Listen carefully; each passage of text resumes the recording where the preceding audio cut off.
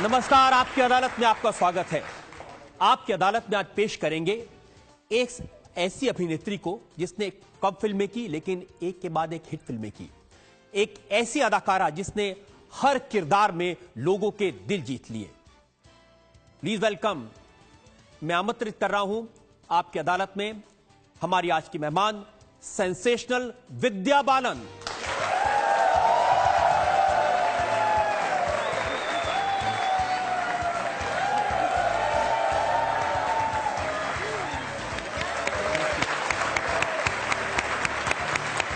और इससे पहले कि आपकी अदालत में इल्जामात और सवालात का सिलसिला शुरू करें, आज के जज अजय उपाध्याय की इजाजत चाहेंगे आज की कार्रवाई शुरू करने के लिए। आज की कार्रवाई शुरू की जाए। मुकदमा शुरू होता है। आपकी अदालत में पहला इल्जाम विद्या बालन पर। आपकी अदालत में फिल्म स्टार विद्या बालन पर इल्जाम है कि ये अपनी इमेज बर्बाद करने पर तुली हैं। विद्या, ये जो इतनी सीटियां बज रही हैं स्टूडियो में, इतनी आहें भर रहे हैं लोग, वो इस वजह से कि फिल्म इंडस्ट्री में आपकी इमेज ऐसी थी, लोग आपको एक पढ़ी लिखी इंटेलेक्चुअल अभिनेत्री मानते थे। वो आपको क्लासी स्मिता पाटिल की तरह देखते थे और आपने अपने आप को बना लिया सेक्सी सिल्क स्मिता की तरह।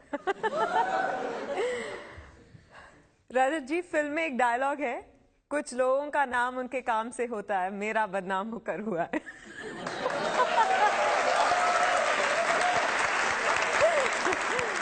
और फिल्म में गाना है, हनीमून की रात होती है, मैं वही रात हूं। उस रात में जो बात होती है, मैं वही बात हूं। जी।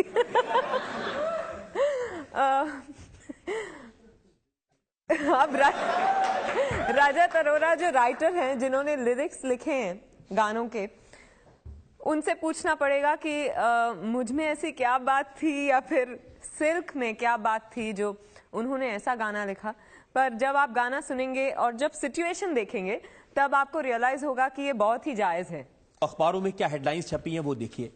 विद्या बन गई बोल्ड और बिंदास। You like sex, I am sex, says Vidya Balan. Soft porn star, no problem. ये सब अखबारों के हेडलाइन है। Vidya Balan says locking lips with Imran was fun.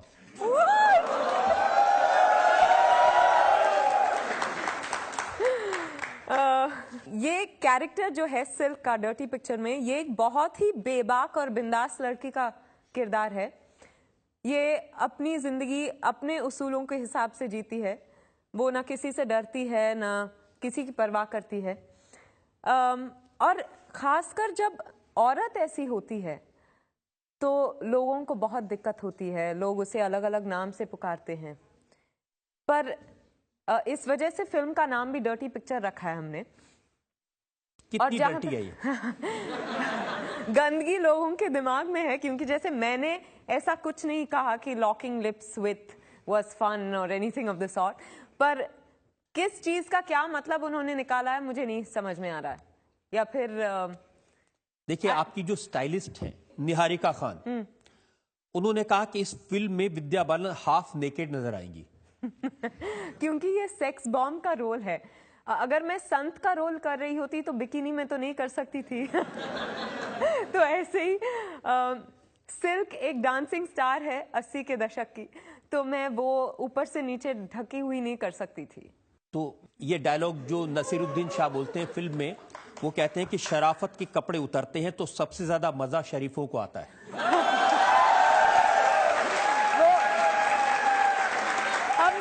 हम सभी शरीफ हैं, हम सभी शरीफ हैं रजत जी। और मुझे लगता है कि ये बात बहुत ही सही है, क्योंकि लोग कहते तो हैं ये एक गाना है, कुछ तो लोग कहेंगे लोगों का काम है कहना। उसमें 2 लाइंस हैं कि हमको जो आने देते हैं, हम खोए हैं इन रंगरलियों में, हमने भी उनको छुप छुप के आते देखा इन गलियों में।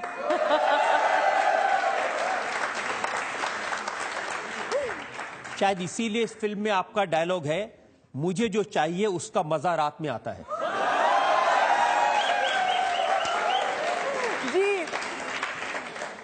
मैं देखिए वही मैं कह रही हूँ कि गंदगी दिमाग में होती है, क्योंकि मैं नींद की बात कर रही थी और समझ बैठे आप सब कुछ और।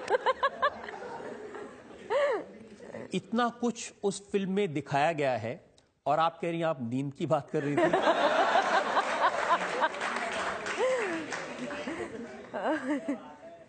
नींद हराम कर देने की बात कर रही थी।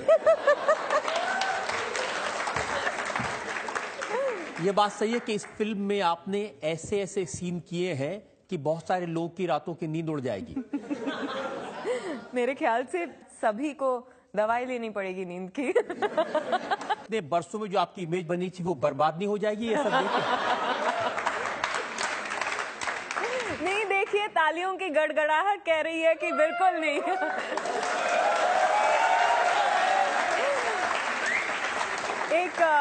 एक एक्टर के लिए बहुत जरूरी होता है कि जो कंफर्ट जोन हो उससे हर फिल्म के साथ वो निकले, क्योंकि कोई पाबंदियां नहीं होनी चाहिए बतौर एक्टर, क्योंकि हमारा काम है कि हर फिल्म में एक नए इंसान को हम जीवित कर पाए।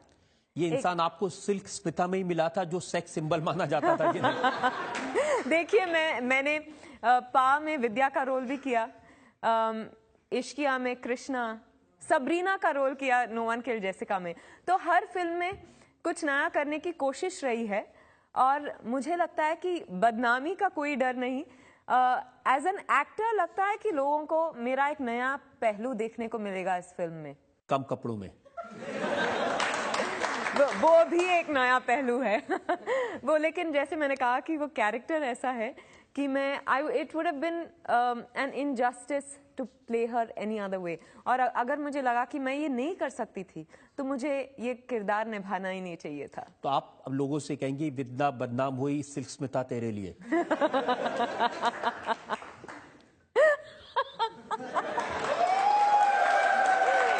मैं कह रही हूँ आज का जमाना है ऊलाला का, बाकी सबको भूल जाओ।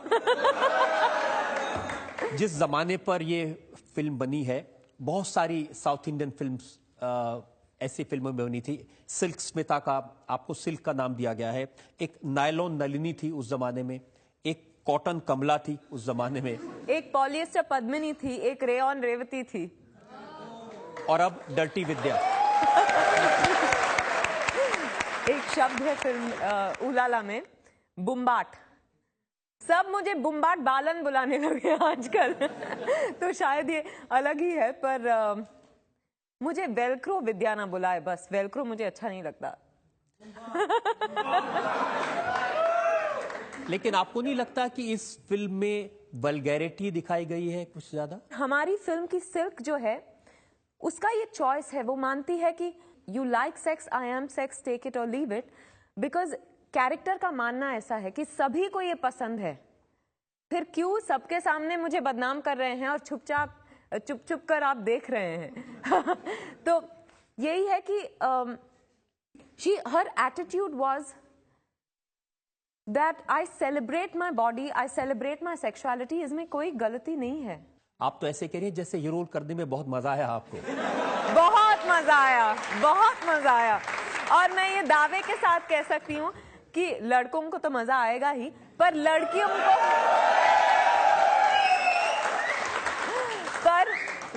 को ज्यादा मजा आएगा इस फिल्म में, बिकॉज रियलाइज होगा कि औरत, you know, if you respect your self, चाहे दुनिया आपको जिस नजर से भी देख ले, फर्क नहीं पड़ता।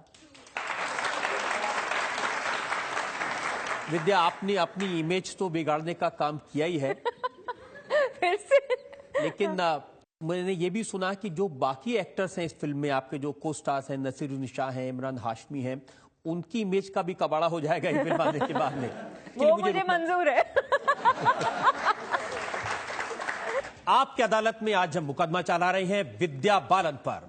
आपकी अदालत में अगला इल्जाम। आपकी अदालत में फिल्म स्टार विद्या बालन पर आरोप है कि इन्होंने साथी एक्टर्स की इमेज भी बर्बाद कर दी। विद्या, ये कहावत है ना, हम तो डूबेंगे सनम तुम्हें लेके डूबेंगे। मैं वही कहने वाली थी। आपने मेरे मुंह की बात छीन ली। मैं अकेले क्यों डूबूं जब 3 को लेके डूब सकती हूँ।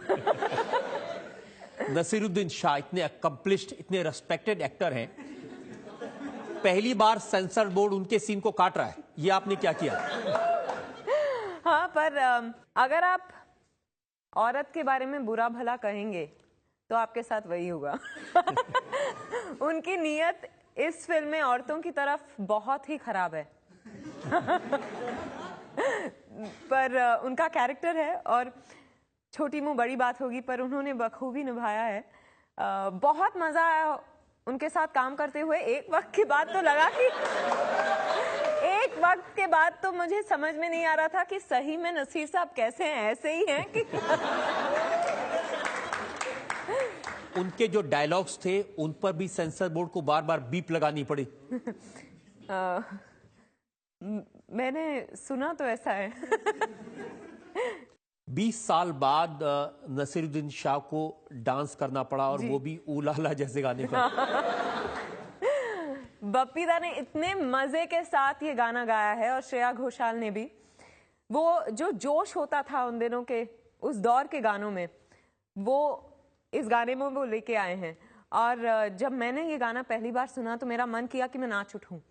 और फिर इतने अलग अलग सिचुएशंस रहे इस गाने में, जैसे 12,000 संतरों के बीच में से नसीर साहब और मैं एक हिल स्लोप पर से रोल करके नीचे आ रहे हैं, एक दूसरे के ऊपर पड़ा। हाँ।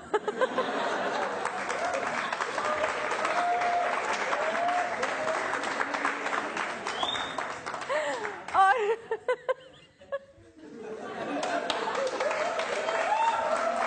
मैं आपको बता नहीं सकती कि कितनी मुश्किल थी। मैंने आप बता रही थी, और हमने एक सागर सीक्वेंस किया है जिसमें वो मेरा पल्लू खींच रहे हैं साथ। फिर हिम्मत वाला, जो मटकों के बीच, रंगों के बीच हम नाचे हैं, जो पोजेस वो लोग करते थे, जैसे एक में तो नसीर साहब ऐसे बैठे हुए, पीछे लेटे हुए हैं और मैं उनके ऊपर थी। पर ऐसे गाने हमने देखे हैं, 80s में ऐसे ही गाने होते थे सारे। उन्हीं गानों में से हमने सिचुएशन निकाल के इस गाने में डाल दिया है। देखिए, बप्पी दा ने बहुत मजे से गाया, आपने और नसीर साहब ने बहुत मजे से किया, लोगों ने मजे से देखा, लेकिन फैमिली एक साथ बैठ के उसको नहीं देख सकती। अगर आपके फैमिली में हस्बैंड, वाइफ और 18 साल के ऊपर के बच्चे हों तो हाँ, सब मिलके देख सकते हैं। पर अगर 18 साल से कम हो तो अलग अलग देख लीजिएगा।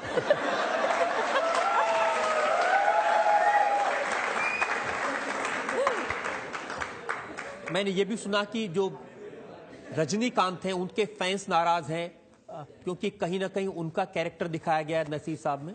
ना मैं सिल्क स्मिता का रोल कर रही हूँ, ना नसीर साहब रजनीकांत का, ना इमरान किसी का, ना तुषार किसी के रोल कर रहे हैं। आपने इमरान हाशमी का नाम लिया, मैंने सुना कि वो काफी परेशान है।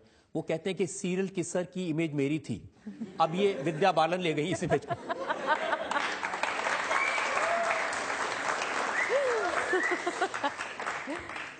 Let's say we are on par, ना वो आगे ना मैं आगे। आजकल औरतें मर्दों की बराबरी कर रही हैं हर मामले में। उनका कैरेक्टर महेश भट्ट से मिलता जुलता है जवानी के दिनों में। मैं उनको जवानी के दिनों में जानती नहीं थी वैसे। ना महेश भट्ट को, ना इमरान हाशमी को। मजाक कर रही हूँ। पर नहीं, जैसे मैंने कहा कि किसी एक इंसान की जिंदगी पर आधारित नहीं है, ना ये किसी एक इंसान से प्रेरित है। देखिए, सिल्क स्मिता के बर्थडे पर आप ये फिल्म रिलीज करेंगी, आपका नाम फिल्म में सिल्क होगा, कैरेक्टर सिल्क स्मिता जैसा होगा, तो लोग तो अंदाजा लगाएंगे। क्योंकि कैरेक्टर का नाम सिल्क है, हाँ, सिल्क स्मिता के बर्थडे पर रिलीज कर रहे हैं, पर ये महज कोइंसिडेंस है। इतना कोइंसिडेंस भी नहीं है जितना आप लोग प्लान कर रहे हैं। जहां तक मुझे पता है कोइंसिडेंस है। हमें पता था कि दिसंबर से पहले फिल्म बनेगी नहीं, और हम लोग नहीं चाहते थे कि देखिए, सिल्क स्मिता के बारे में ये पॉपुलर था कि उनकी जो फिल्में थी कम सॉफ्ट पॉर्न जैसी फिल्में होती थी, बहुत ज्यादा सेक्स उसमें होता था, और इसीलिए उनको सेक्स बॉम्ब कहा जाता था। जी बिल्कुल। तो इसीलिए वो कैरेक्टर चुना। Yes she uses her body, और उसको उसमें कोई शर्म नजर नहीं आती, शर्मनाक बात नजर नहीं आती। मैं नहीं कह रही हूं कि वो बेशर्म लड़की है, पर she takes it in her stride कि that is her big ticket to start. उनके भाई ने नोटिस भेजा है, उन्होंने कहा कि इस फिल्म में सिल्क स्मिता को अश्लील तरीके से प्रेजेंट किया गया है। पहले तो मुझे लगता है कि बालाजी जो प्रोड्यूसर्स हैं उनका एक लीगल डिपार्टमेंट है, दे विल हैंडल इट, और उसके अलावा ये फिल्म उनकी जिंदगी पर आधारित है ही नहीं। जब वो फिल्म देखेंगे तब उनको समझ में आएगी। लेकिन आपसे कोई ये नहीं पूछता कि विद्या बालन, आप अच्छे रोल, परिणीता जैसे रोल करते करते, पा में अमिताभ बच्चन की मां जैसा रोल करते करते ये किस रास्ते पर निकल गई, इश्किया और अभी डर्टी? अब मैं जवां हो गई।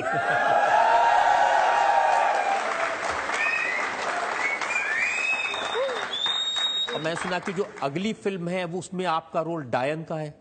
ओ नहीं नहीं नहीं नहीं, जो अगली फिल्म है, अगली फिल्म का नाम कहानी है, और उस फिल्म में मैं एक 6 मंथ प्रेग्नेंट वुमन का रोल कर रही हूँ। डर्टी बनने के बाद वही होता है।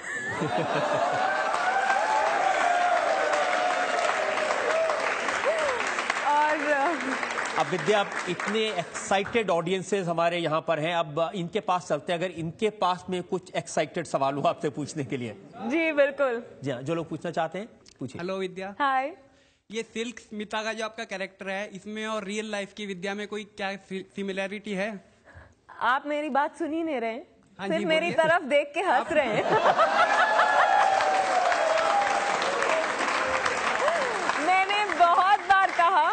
मैंने बहुत बार कहा कि ये सिल्क स्मिता नहीं है, सिर्फ कैरेक्टर का नाम सिल्क है। नहीं, जिसमें आपने जैसा रोल किया है। फिल्में सिर्फ 3 चीजों की वजह से चलती है, एंटरटेनमेंट, एंटरटेनमेंट, एंटरटेनमेंट, और मैं एंटरटेनमेंट हूँ।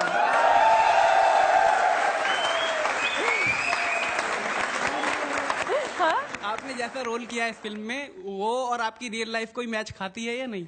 हर किरदार के साथ कहीं ना कहीं एक पॉइंट ऑफ आइडेंटिफिकेशन होती जरूर है, और कहीं ना कहीं जहां तक आप किरदार पर अपना छाप छोड़ देते हैं, उसी तरह किरदार भी अपना एक छाप आप पे छोड़ देता है।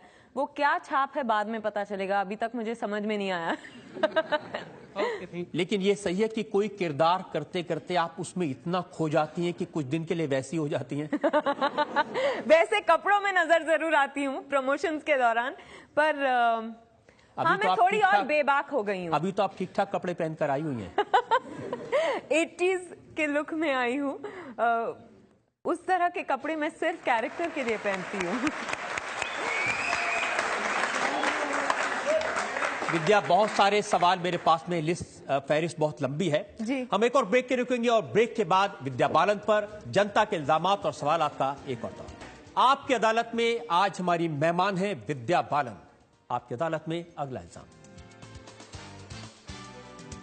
आपकी अदालत में फिल्म स्टार विद्या बालन पर आरोप है कि ये अपनी सेहत की दुश्मन हैं।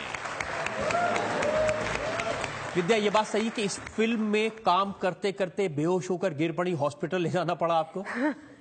जी, इस फिल्म के शेड्यूल्स बहुत सख्त थे, और होता ये था कि एक फेज से गुजरती है सिल्क, जिसमें मुझे डेंटल ब्रेसेस लगाने थे, वो जो so that the cheeks look puffy, और उसके अलावा प्रोस्थेटिक्स मेकअप होता था, तो to just show bad skin and all that. तो वो लगाने के बाद मैं खा पी नहीं सकती थी, और एक बार वो लगा लो तो फिर 3, 4, 5 घंटों तक हमारी शूटिंग चलती थी। तो उस दौरान मैं खा पी नहीं सकती थी, सिर्फ पानी पे जीती थी। तो उस वजह से आई थिंक, और कभी कभी 5-6 घंटों से ज़्यादा भी हमने शूटिंग की है एक ही साथ, तो एग्जॉशन हो गया था मुझे उस दौरान। उस वजह से थोड़ी सी हेल्थ मैंने इग्नोर की, मैं ये मानती हूँ। कुछ अखबारों ने ये लिखा कि एकता कपूर इतनी हार्ड टास्क मास्टर हिटलर की तरह है, और उन्होंने आपसे बहुत ज्यादा काम कराया। बेचारी एकता वो सेट पे कभी आती भी नहीं थी. She wasn't Hitler at hunter at. All नहीं नहीं तो हम उन पे फिल्म बना देते हंटर वाली. कॉस्ट्यूम्स का बहुत प्रेशर था बार बार चेंज करने का. हाँ, क्योंकि मैंने इस फिल्म में तकरीबन 100 कॉस्ट्यूम्स पहने हैं. आज तक की जितने फिल्में मेरी रही हैं उन सब के कॉस्ट्यूम्स मिला लें तो भी 100 नहीं बनते. और इसमें क्या है कि मैं डांसिंग स्टार का, फिल्म एक्टर का रोल निभा रही हूँ, तो इन फिल्म कॉस्ट्यूम्स भी थे और फिर उसके अलावा जो पर्सनल कॉस्ट्यूम्स भी थे और हर एक के साथ मेकअप बदलता था, नेल पेंट तक बदलता था, क्योंकि उस दौर में सब मैचिंग का जमाना चला था. तो बहुत उस तरीके से भी मेहनत करनी पड़ी और खाना भी पड़ा बहुत ज्यादा. तो बहुत मेहनत की, लेकिन आपको लगता है कि इसका फल अच्छा होगा? मैं उम्मीद तो यही करती हूँ. उम्मीद करती हूँ कि लोग सिल्क को पसंद करें. सिल्क कहीं ना कहीं उनको, उनके दिलों को छू जाए और सभी को फिल्म अच्छी लगे, क्योंकि सिल्क की सिल्क की खासियत यही है कि जहां वो एक तरफ सेक्स बॉम्ब मानी जाती है, वहीं दूसरी तरफ वो एक बच्ची है, उसमें एक बचपना है. तो उस वजह से भी मेरे लिए ये बहुत डिफिकल्ट रहा वो बैलेंस मेंटेन करने के लिए कि एक ही फिल्म में, एक ही कहानी में वो ऑलमोस्ट जैसे दो लोग हैं. आपने जो लोग सवाल पूछना चाहते हैं, बहुत सारे हाथ. अच्छा, आप बहुत तेज से सेकंड रो में. हाँ, मैं सवाल नहीं पूछना चाहूंगा, मैं बस आपसे इतना कहना चाहूंगा कि नेक्स्ट टाइम जब आप ऐसा रोल करो, जब आपकी वो मेकअप और वो सब रहे, तो प्लीज जूस पी लेना. How sweet, thank you. Hospital जाना पड़ी कोई पहली बार तो हुआ नहीं. मैं पढ़ रहा था, रिसर्च कर रहा था, तो पता चला कि एक जमाने में आपको रात को नींद नहीं आती थी. ये बीमारी थी आपको? अभी भी वही हाल है. पर हाँ, मैं पहले 3-4 बजे सोती थी. बहुत किताबें पढ़ने का बहुत शौक था मुझे तब. अब तो वक्त ही नहीं मिलता, पर किताबें बहुत पढ़ती थी और उसके अलावा फिल्में भी बहुत देखती थी रात रात भर. पहले 4 बजे सोती थी, अब 1:30 बजे सोती हूँ. लेकिन अब डॉक्टर पास में रखना पड़ता है कि कहीं कुछ हो ना जाए विद्या को. नहीं, बस एप्पल रखती हूँ. An apple a day keeps the doctor.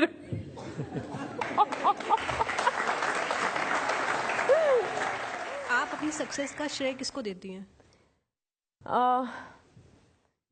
I think भगवान को और मेरी फैमिली को, क्योंकि मैं जो हूँ उनके वजह से हूँ. जो मुझ में वैल्यू सिस्टम है, जो बिलीव्स है, जो खुद पर विश्वास है, वो सब उन्हीं के वजह से है. ये सही है कि जब आपकी तबीयत खराब थी, उसके बाद जब आप वापस काम करने आई, तो आपके फादर सेट पर आते थे देखने के लिए कि ये ठीक ठाक है या नहीं? नहीं, सिर्फ पहले दिन वो सेट पर आए, क्योंकि आई थिंक मेरे परिवार वाले थोड़े से घबरा गए थे, क्योंकि दशहरे के दिन मेरी तबीयत कुछ ज़्यादा ही खराब हो गई थी. और आई थिंक फैमिली होती है, इसलिए वो थोड़े ज़्यादा टेंस्ड हो गए थे. तो जस्ट टू मेक श्योर कि मैं टाइम पर खाना खाती हूँ और आराम से काम करती हूँ, वो पहले दिन आए थे. जब वो आपकी फिल्में देखते हैं, अच्छी फिल्म देखते हैं, तो कोई शाबाशी मिलती है? शाबाशी ज़रूर मिलती है. वो बहुत ही प्राउड फादर हैं, जैसे फादर्स और मदर्स होते हैं. उन्होंने 2 दिन पहले ये फिल्म भी देखी और मैं बड़े गर्व के साथ कह सकती हूँ कि बाहर निकलकर मैं थोड़ी सी कंसर्न थी कि वो क्या कहेंगे. बिकॉज हाँ, मैंने पूरी सच्चाई के साथ इस किरदार को निभाने की कोशिश की है, पर जो पेरेंट्स हैं हमारे, उनके सामने हम फिर भी ऑकवर्ड फील करते हैं. पर बाहर निकल के वो बोले कि एज पेरेंट्स हमें गर्व होता है कि our daughter has done something so boldly and with dignity.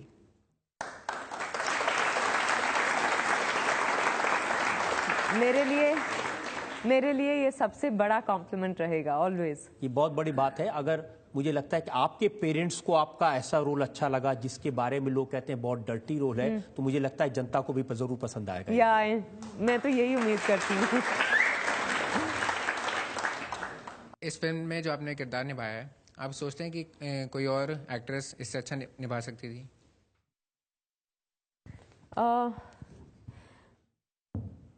मुझे लगता है कि एक्ट्रेस का तो नहीं, पर मैं थोड़ी सी लालची हूँ इस मामले में, तो किसी और का नाम सोचना भी नहीं चाहती, पर एकता कपूर शायद मुझसे अच्छा निभा सकती थी।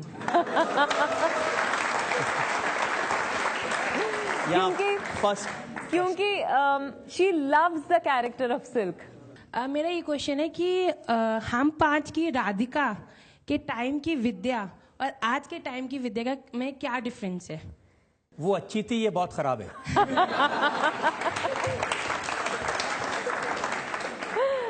नहीं, वो चश्मा पहनती थी, मैं लोगों पे चश्मा लगा रही थी। आपकी अदालत में आज हम मुकदमा चला रहे हैं विद्या बालन पर। आपकी अदालत में अगला इल्जाम। आपकी अदालत में फिल्म स्टार विद्या बालन पर इल्जाम है कि ये दिल तोड़ने में माहिर हैं।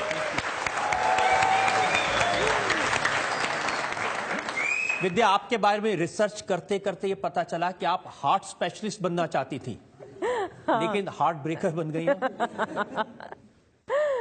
जी, ये किस सिलसिले में आप कह रहे हैं, नहीं समझ में आ रहा। देखिए, आपको सिलसिला भी समझाता हूं। एक मैगजीन है, इसने पूरा, स्टारडस्ट ने पूरा स्पेशल इशू आपके ऊपर निकाला है। हाँ। और 5 पेज इन्होंने ये लिखा है आपके लिंकअप्स के बारे में। जिस स्टार के साथ काम करती हैं उसी के साथ नाम जुड़ जाता है। अब बताऊं किस किस का। इन्होंने जिक्र किया है जॉन अब्राहम का। हाँ। जब उनके साथ सलामे इश्क की तो उनके साथ इश्क हो गया। इश्क को मैंने सलाम कर दिया। दूसरा नाम इन्होंने लिखा है अक्षय कुमार का।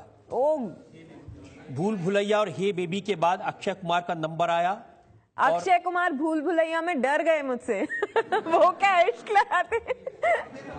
और बाद में ट्विंकल से उनको बहुत डांट पड़ी, ये लिखा इन्होंने। ये सब अफवाहें हैं। जब मेरी जिंदगी में ऐसा कुछ भी रहा है जो मैं लोगों के साथ बांटना चाहती हूँ, मैंने हमेशा सच्चाई के साथ कहा है जो है।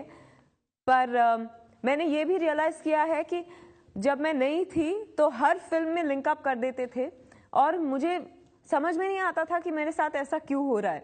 मुझे लगता था कि अच्छा, क्योंकि मैं ज्यादा हंसी बोलती हूँ अपने कोस्टार्स के साथ, सभी के साथ, तो इस वजह से शायद उनको कुछ गलत फहमी। तो शाहिद कपूर के साथ भी इसीलिए जुड़ा था कि ज्यादा हंसती बोलती थी? हाँ बिल्कुल, मैं सारे कोस्टार्स के साथ हंसती बोलती हूँ। एक माहौल अच्छा रहता है जब दोस्ती होती है तो, पर लोग उसका क्या क्या मतलब निकालते हैं नहीं पता। और मेरे ख्याल से फिल्म को बहुत एक तरह का पीआर है, पब्लिसिटी मशीनरी है, जिनको लगता है कि अच्छा फिल्म को हेल्प मिल जाएगी, इससे प्रमोशन हो जाएगी। Vidya Balan single ready to mingle. Always. और बहुत सारे, और लिखा है कि अब आजकल इन्होंने तस्वीर छापी है, मैं नाम तो नहीं बताऊंगा, आपकी जिंदगी में कोई SRK है? A certain SRK है तो है, मैं मना नहीं कर रही। तो लोग पूछ रहे हैं कि फॉर्म बता दीजिए SRK का। शोभा रवि कपूर। वो प्रोड्यूसर है इस फिल्म की, डर्टी पिक्चर की। तो आप कुछ बता रही हैं, ज्यादा छुपा रही हैं। अच्छा है, थोड़ा बताना चाहिए बाकी लोगों के, हाँ, इमेजिनेशन पर छोड़ देना चाहिए। एक अखबार में लिखा है कि एकता कपूर चाहती थी कि तुषार कपूर के साथ आपकी शादी हो जाए। मैं हम पांच कर रही थी और एकता और मेरी बहुत अच्छी तरह इक्वेशन बन गई थी। और एक दिन उन्होंने मुझे अपने घर पर इनवाइट किया और फिर तुषार से मिलाया। मुझे तो समझ में नहीं आया और ना ही तुषार को समझ में आया। कुछ सालों बाद उन्होंने कहा कि एक्चुअली मैं चाहती थी कि आप दोनों के बीच कुछ खास दोस्ती हो जाए, पर आप दोनों ही बुद्धू थे। विद्या, लेकिन आपको लेकर तरह तरह की खबरें छपती हैं। एक खबर छपी, अब विद्या बालन MF हुसैन से न्यूड पेंटिंग बनवाएंगी। मुझे हुसैन साहब बेचारे चले गए, लेकिन खबर अभी भी बाकी है। और मैं बहुत ही शॉक हो गई थी ये खबर पढ़ के, क्योंकि ऐसी कोई बात नहीं हुई थी। वो मेरे साथ फिल्म बनाना चाहते थे, पर हमारी मुलाकात तक नहीं हुई थी, क्योंकि वो उनका इंडिया में आना नामुमकिन था और मैं उन दिनों शूटिंग में बिजी थी, मैं उनसे जाके नहीं मिल पाई थी। तो ये कहाँ से ये अफवाहें निकली नहीं पता। शायद लोगों को लगा कि थोड़ा इसको कंट्रोवर्शियल बना देते हैं या नमक डाल देते हैं, पर फिर डर्टी पिक्चर बनी और वो सब पीछे रह गया। अब सारी की सारी जो खबरें वो डर्टी पिक्चर्स के बारे में है। हाँ, देखने वाले परेशान हो जाएंगे कि हमें लगा ज्यादा डर्टी होगी कि कम पड़ गई। मैम, अगर आपको आगे इससे ज्यादा बोल्ड रोल करने के लिए मिलेंगे तो आप करेंगी? देखिए, मुझे नहीं पता था कि मैं कभी डर्टी पिक्चर जैसी एक फिल्म करूंगी। ये स्क्रिप्ट पर अगर आपको अच्छी स्क्रिप्ट में इससे ज्यादा बोल्ड रोल मिलेंगे तो आप करेंगे? नहीं, पर वही मैं कह रही हूँ कि ये बोल्डनेस की बात नहीं है। अगर मुझे स्क्रिप्ट अच्छी लगी तो मैंने अपने दिमाग में ये रूल्स नहीं बनाए हैं कि अच्छा मैं इस हद तक जाऊंगी, इस हद तक नहीं जाऊंगी। शायद किसी फिल्म में मैं स्लीवलेस भी पहनने से मना कर दूं। It just depends on what is right for which role and which script. Vidya को पूछ रही है कि इससे ज्यादा बोल्ड, अब इससे ज्यादा बोल्ड क्या हो सकता है? हाँ, वही। मैम, जिस कामयाबी पे आज आप हैं और जहां से आपने शुरू किया था परिणीता से, आपको कितना स्ट्रगल करना पड़ा? स्ट्रगल जिंदगी का एक हिस्सा है। ऑनेस्टली पहले लगता था कि पहली फिल्म मिल जाएगी तो सारा स्ट्रगल खत्म हो जाएगा, पर ऐसी बात नहीं है। एक बार सक्सेस मिलने के बाद उसे मेंटेन करने के लिए भी स्ट्रगल करनी पड़ती है। हर फिल्म के हर किरदार के साथ एक हद तक स्ट्रगल करनी पड़ती है, तो struggle is a part of life. Ma'am, आपने मैम डर्टी पिक्चर में मैम एक सीन किया था मैम एग वाला। हाँ, तो मैम उसमें मैम हमें जहाँ तक आपके बारे में पता है आपको एग से बहुत एलर्जी है। हाँ, तो मैम आपने वो सीन मैम किस तरीके से मैनेज किया? सांस रोक के, क्योंकि मुझे एग की बदबू से बहुत मुझे स्मेल उसकी बदबू जैसी लगती है, तो सांस रोक के मैंने वो सीन कर लिया था। एक टेक में थैंक गॉड। नहीं तो सांस रोकते रोकते मेरी सांस बंद ही हो जाती थी। एक कोई ऐसा भी सीन था जिसकी वजह से आपको स्किन एलर्जी हो गई थी? हाँ, वो एक एक्चुअली एक बाथटब सीन है जहाँ उन्होंने मिनरल वाटर ही यूज किया था, पर जो सोप यूज किया था वो लादर के लिए, वो मुझे सूट नहीं हुई। तो इस फिल्म मैं बहुत ही नाजुक हूँ रजत जी। आपकी अदालत में आप हमने मुकदमा चलाया विद्या बालन पर। हमने उनसे पूछा उनकी फिल्म डर्टी पिक्चर के बारे में, उनसे पूछा उनके सेंसेशनल रोल के बारे में। आपकी अदालत में अब वक्त है आज के जज अजय उपाध्याय के फैसले का।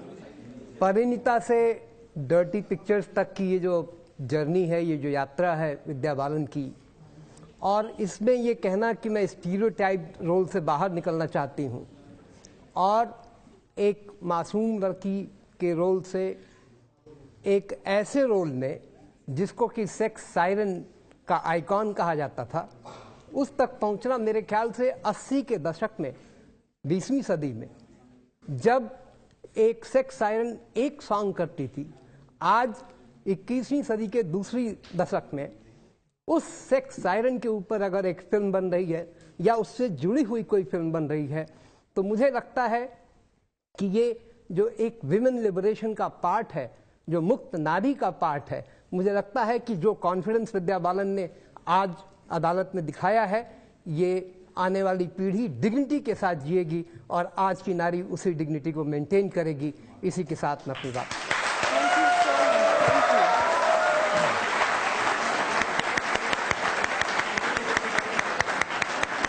हमारी शुभकामनाएं विद्या बालन के साथ हैं। वो इसी तरह के नए नए किरदार करते रहे, जनता उनको पसंद करते रहे, वो सफलता की नई से नई ऊंचाइयां चूमे। इसके साथ आज का शो यही खत्म करते हैं।